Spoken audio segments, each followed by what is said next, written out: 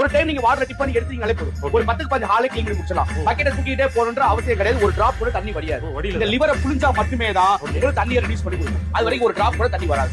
Okay sir. வாட்டரை tip பண்ணிட்டு இந்த ஃப்ரண்ட்ல வச்சு மூவ் பண்ணீங்கன்னா தண்ணி வந்து ரிலீஸ் பண்ணி கொடுக்கும்.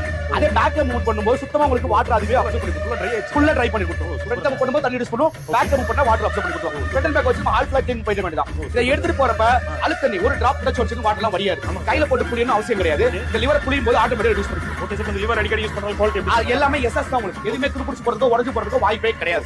எல்லாமே எஸ்எஸ் தான் உங்களுக்கு. Okay sir. நம்ம வீட்ல இந்த மாதிரி கண்ணுக்கு ஃபைன் டஸ்ட் கிடக்கும். ஆமாங்க. மண்ணு, ஹேர், முடி சின்ன சின்ன ஃபைன் டஸ்ட் தான் கிடக்கும். இத வீட கூட்டி விட்டு க்ளீன் பண்ணுவோம். என்னதான் வீட கூட்டி விட்டாலும் சில பவுடர் மாதிரி டஸ்ட்லாம் போகாது. அந்த மாதிரி இடத்துல டஸ்ட் அப்படியே பின்னாடி இழுத்தாலே போதும். வீடு குறைச்ச மாதிரி இருக்கும், வீட கூட்ட மாதிரி இருக்கும். கண்ணுக்கு ஃபைன் டஸ்ட் பவுடர் மாதிரி டஸ்ட் முதல்ல எல்லாமே இங்க வந்துரும் சார். Super sir. இத நீங்க கையில எடுக்கும்போது தட்டி விடணும் அவசியம் கிடையாது. வாட்டர்ல டிப் பண்ணிட்டு லிவரை யூஸ் பண்றப்ப மண்ணு டஸ்ட் எல்லாமே ரொம்ப ஈஸியா போயிடும்.